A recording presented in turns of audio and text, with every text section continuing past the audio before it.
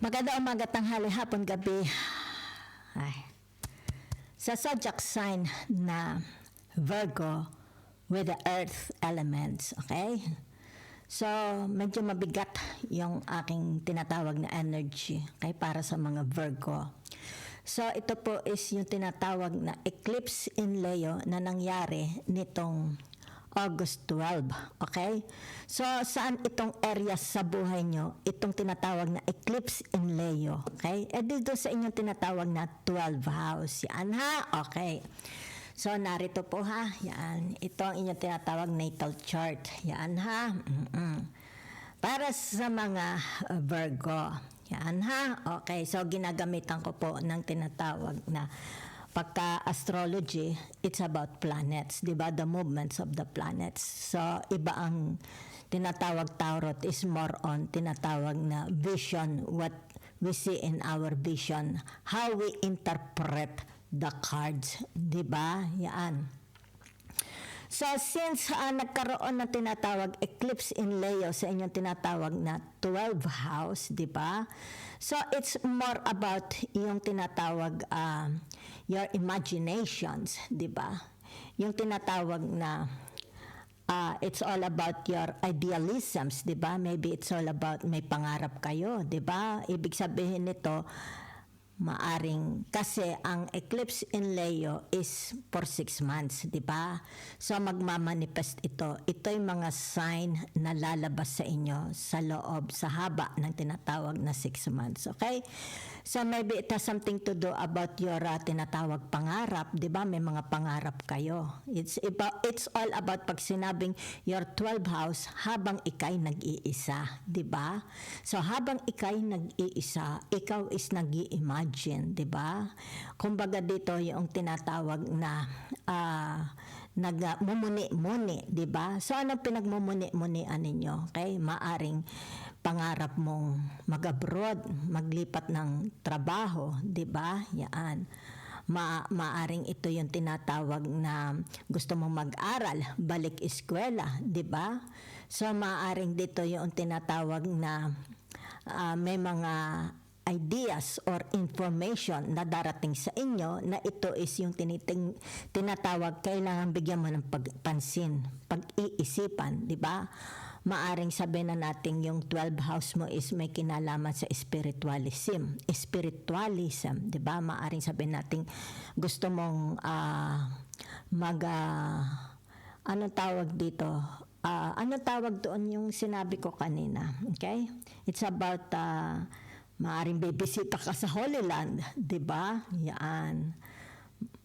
Maaring bibisita ka sa Our Lady of Lourdes sa France, di ba? Yan. Sasama ka sa tinatawag na mga religious groups, di ba? Yan. Okay, so maybe it has something to do about tinatawag na romance, di ba? Maybe sabihin na natin baka gusto mo nang mag-asawa, 'di ba? Yan, baka gusto mo nang bumuo ng pamilya, gusto mo nang magpakasal sa pari, gusto mo nang magkaroon ng tinatawag na anak, 'di ba? Yan. So maaari din ito yung tinatawag na it's about your ethics, 'di ba? Yung moral mo, 'di ba? Yan, blessings, yan ha.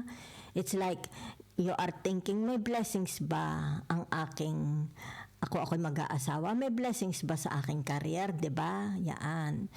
So pag sinabi mong eclipse in Leo, okay? Especially in your 12 house, it's more about tinatawag na nalimutan ko na kasi naggawa ako ng video kanina, 'di ba? Yan. It's more about opening, 'di ba? Yan. Ano pa? It's like tinatawag, binubuksan mo ka. You are opening your heart, di ba? Yan, maaring may mga i-release na kayo. Di ba? Maaring napapagod ka sa trabaho mo, gusto mong i-release, di ba? Gusto mong sabihin na nating baka gusto mong mag-aral, bumalik sa school, mag-aaral ka, di ba? Yan.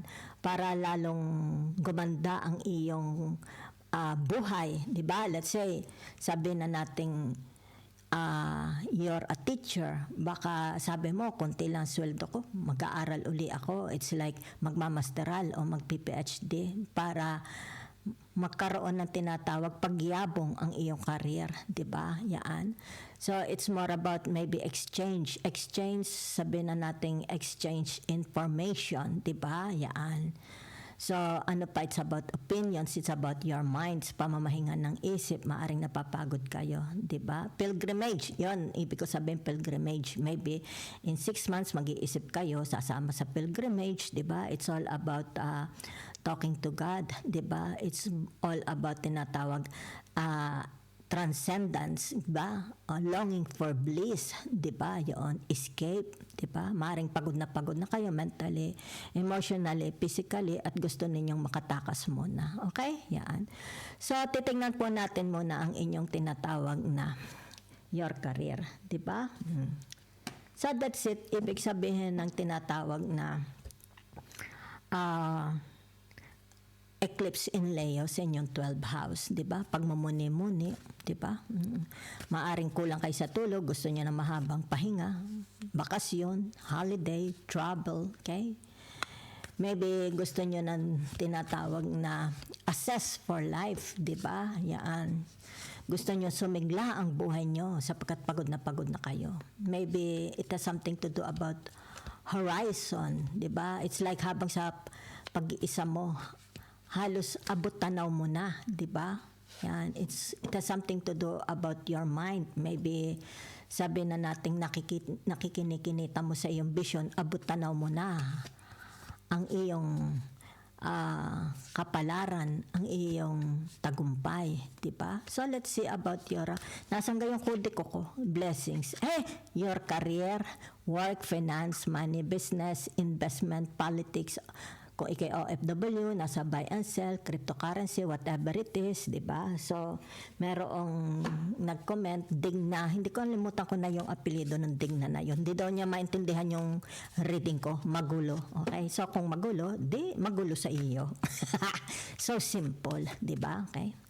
Kung sa palagay mo, sa primero, magulo, ay di... Ibig sabihin nito, wag mo nang tapusin. Wag mo pahirapan ang isip mo, di ba? Yan. Okay? So, na natin ang inyong career, ha? Work, finance, money, business, investment, politics, OFW, buy and sell, cryptocurrency, kung ano man yan, di ba? Basta pagkakakitaan. The Virgo, okay? So, naririto ang tinatawag na the world, okay? Maaring ito yung tinatawag gusto mong makipagsapalaran, di ba? Yan. Maaring ito yung tinatawag na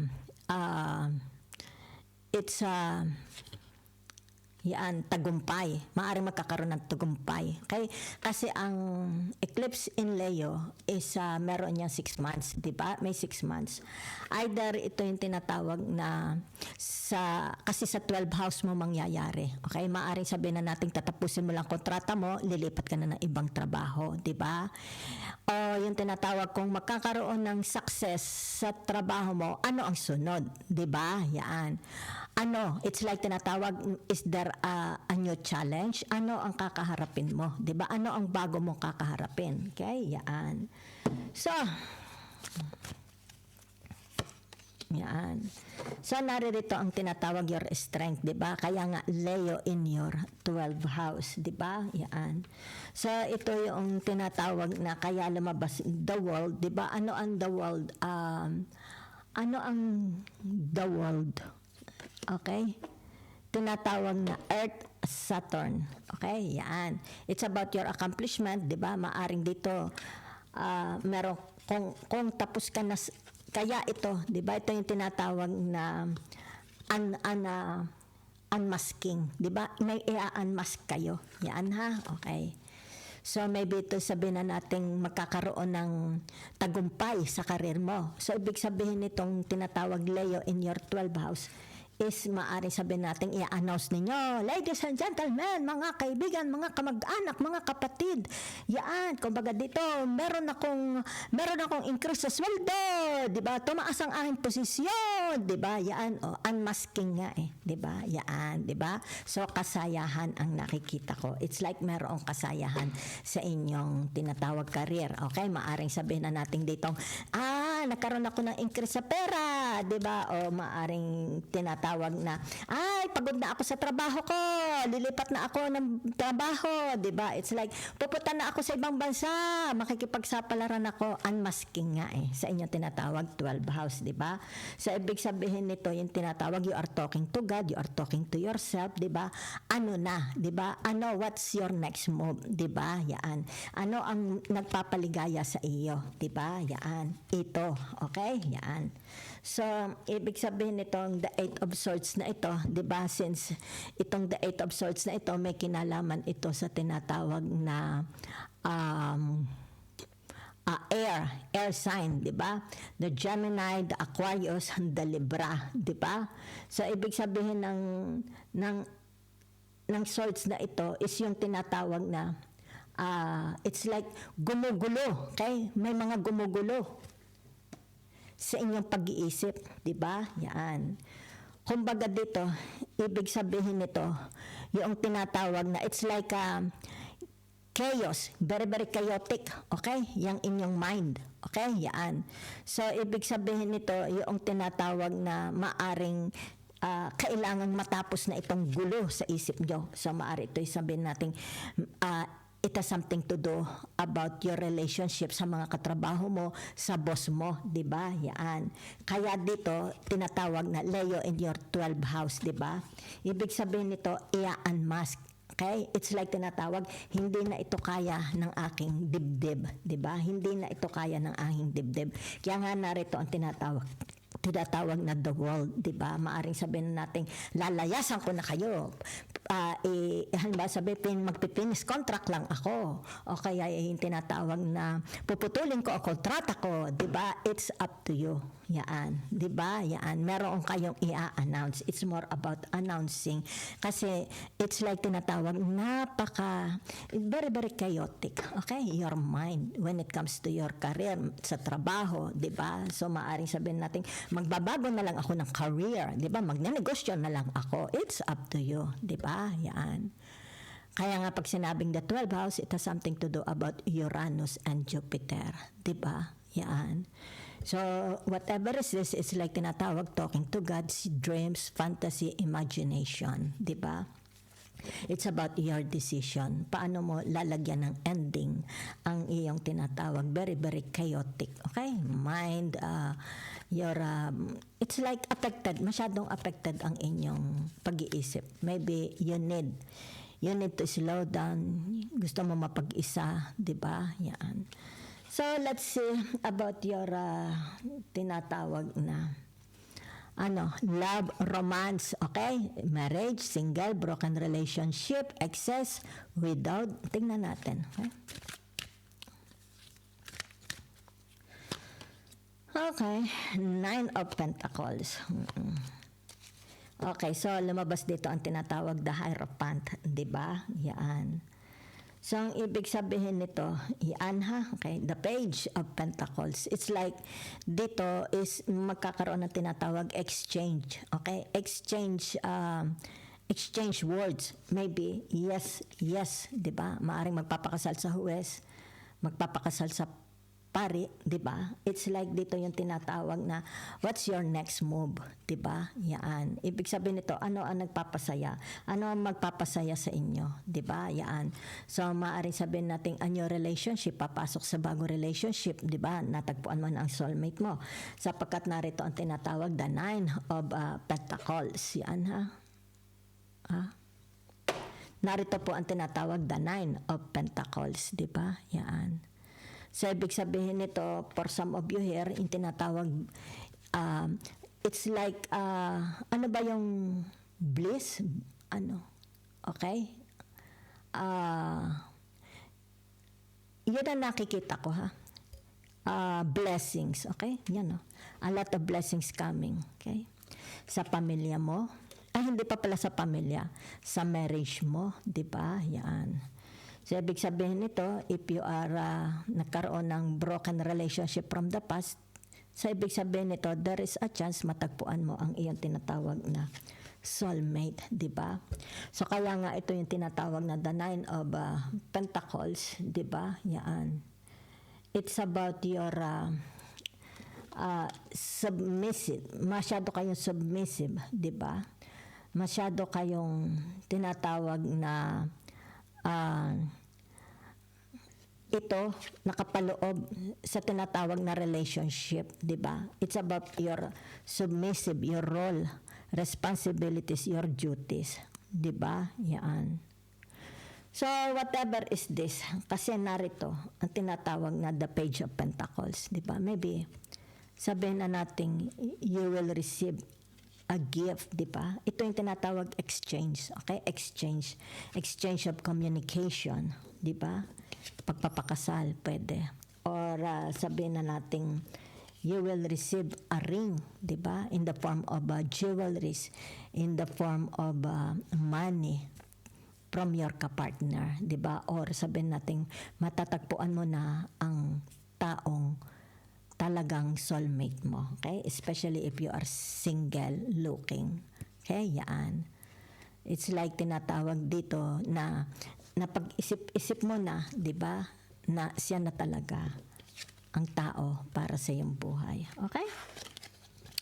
So, ibig sabihin nito, yung tinatawag, kaya narito ang the world, di ba? Maybe for some of you, ibig sabihin nito, iko-commit mo na yung sarili. Okay? It's like pareho kayo, iko-commit nyo ang sarili nyo sa isa't isa. Okay?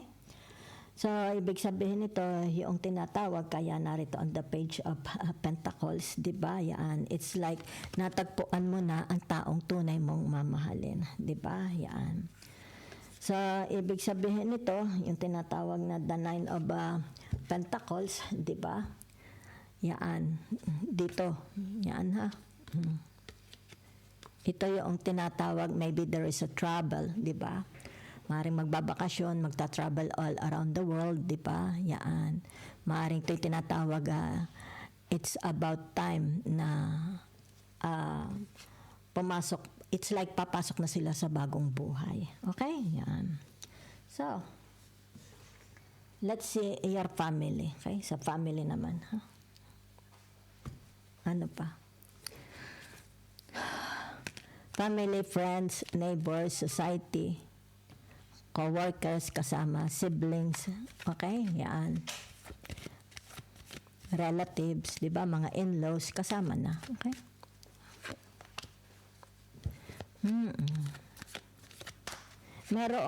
It's like meron ditong papasok, okay, sabihin na natin, papasok na mga bagong tao sa buhay nyo, maaaring mga friends, o sabihin na natin, mga hipag, bayaw, biyanan, di ba? May mga makikilala kayong bagong tao. Okay, yan. Family, friends, okay, baka may bagong kapitbahay kayo, di ba? Yan. O mga bagong makikilala sa social media, especially, di ba? Yan. O mga bagong kakasamahin sa trabaho, di ba? Yan mga bago po, ha?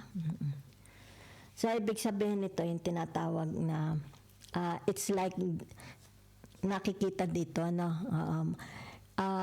May mga tao, di ba? It's like, may mga naririnig about you, di ba? Sabihin na natin, baka sa trabaho, di ba? Mga neighbors, yan. Gustong-gusto kayo makilala. So, ibig sabihin nito, yung tinatawag, maraming gusto ang inyong aura, di ba? Pamilya man ito, kaibigan man ito, neighbor, society, sa trabaho, di ba? Siblings, relatives, cousin, di ba? Full support sila sa inyo. Okay? Yan.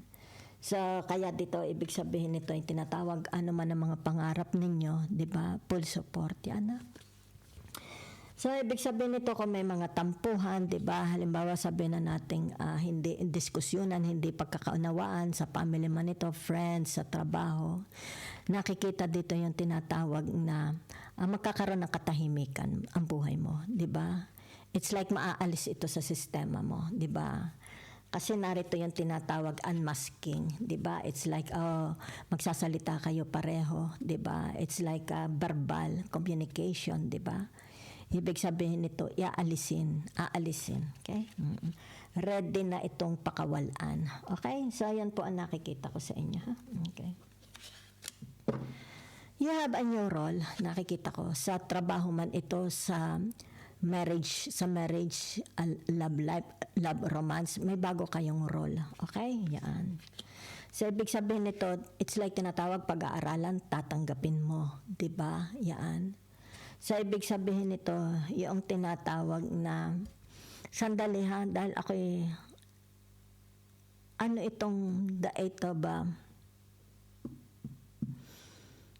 of Pentacles, diba? It's more about factual, yung inyong alam, okay? Ang inyong alam. Kasi dito, yan ha. Ito yung mga alam ninyo. Okay? Nakaimbak. It's like you are ready to accept it. Dahil, ibig sabihin nito, alam mo ang papasukin mo. Yan o. Alam mo ang papasukan mo. Diba? Yan. Ito yung tinatawag na, halimbawa sa trabaho, di ba? Meron kang, sabihin na natin, bagong tatanggaping trabaho. Di ba? Yan. Kasi narito yung tinatawag na knowing you, knowing me. Di ba? Yan. Halimbawa sa trabaho. Ibig sabihin nito, ito yung mga alam mo. Okay? Halimbawa, graduate ka ng tinatawag na pag-abogado, engineering, di ba? Yan. So, ito ang magdadala sa iyo sa tagumpay. Kung ito na may sinasabing love, romance, relationship sa marriage, alam mo, di ba? Alam mo ang papasukin mo, di ba? Yan, oh. Maaring for some of you here, yung tinatawag na meron ka na experience from the past, di ba? Yan, maaring sabihin natin from your past relationship, very, very chaotic, di ba? Very, very, kumbaga dito yung tinatawag nakakapagod. So, if this is a new love, romance relationship, alam mo, di ba? Kumbaga dito yung tinatawag, kung may mga, halimbawa, red flags, di ba? Problema, alam mo, you know how to handle. Okay? Yan. Alam mo ang tinatawag na solusyon, di ba? Yan. So, let's go to your tinatawag health. Okay? Virgo. Okay? May mga bago kayong makikilala ha, social media man ito o sa physical, di ba? Magiging, it's like tinatawag, you are ready na for the world, di ba? Kung ito'y love romance, kung ito'y marriage, di ba? Kung ito'y tinatawag, halimbawa may mga nakaalitan na kayo, 'di ba? Aalisin sa sistema, 'di ba? Because narito ang tinatawag na eclipse in Leo on your 12th house, unmasking, 'di ba? Whatever is this, meron ditong tinatawag unmasking, 'di ba? Maybe a gift, 'di ba? Transfer, 'di ba? Ideas, information, yan o. Diba, maybe from others, ibibigay, i-relay sa inyo. Okay? Mm-hmm. So, let's see your, nasaan ako? Okay? Health. Okay? Tingnan natin ang health. Virgo. Okay? Mm-hmm. Ibig sabihin nito, yung tinatawag na, okay? Mm-hmm. Kaya may mga halaman sa bahay, 'di ba? Kumbaga dito malaki ang factor na gagawa, okay, ng halaman sa inyong health, 'di ba? It's like tinatawag the plants nililinis niya, okay? Nililinis niya yung tinatawag na ano tawag dito, pollution sa loob ng bahay, 'di ba? Yan, may mga alagang plants ang mga Virgo, 'di ba?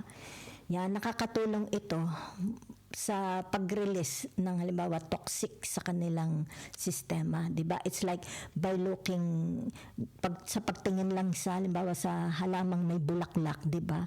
Naiibsan, 'di ba? Naiibsan, nawawala, nare-release yung bigat. Okay? Yan. So maaring kaya sila may mga halaman sa bahay para ma-detoxify ang tinatawag na yung hinihingahan, 'di ba? Maaring polluted kasi malakas ang pollution sa loob ng bahay. Kaya may mga naglalagay ng mga halaman plants, ha, okay? So nakikita dito yung tinatawag na maybe you always drink tea, 'di ba? It's more tea kasi pagka teapot, tsaa lang inilalagay diyan, ha, okay? So, ibig sabihin nito, yung tinatawag na you are very, very proud, okay, of showing your body, okay? Maaari sa social media, di ba, pagka nag-update, nagpo-post kayo ng mga pictures, di ba, it's like, nakikita dito yung tinatawag, very, very active kayo, di ba, yan, full full of action. Yan. Kaya na-maintain ninyo ang tinatawag na kalusugan. Diba? Yan, diba? Nakikita dito, very, very fashionable din kayong magdamit, diba? So, nakikita rin dito yung tinatawag na yan, diba? Maybe sabihin na natin, you are, halimbawa, mahilig kayo sa jogging because it's a cowboy, diba? Jogging, cycling, diba? O kaya walking outside, o kaya horse riding, diba? Yan. So, nakikita dito, siguro pag nagja-jogging ka, nakasuot ka ng pang-jogging, diba? Pag nagbibisikleta ka, nakasuot ka ng pang-bisikleta. Kung mangangabayo kayo, nakasuot kayo ng yung tinatawag costume, ha? Okay. So, maaring dito, mahilig kayo, diba? It's like tinatawag dancing, o kaya is may kinalaman sa taekwondo, diba? Yan. So, maganda ang health nyo, nakikita ko, okay? Hindi kayo mataba. Yan, nakita ninyo, di ba? Very lean. Yan, very lean, okay? Maaaring dito, nagbe-build sila ng muscles, di ba? Okay? Mabango naman kayo, mabango kayo sa mga tao, yan, ha? Sa mga kamag-anak, sa mga friends, yan, ha? Tingnan natin kung may success. Ay, sandali. Yan, ha?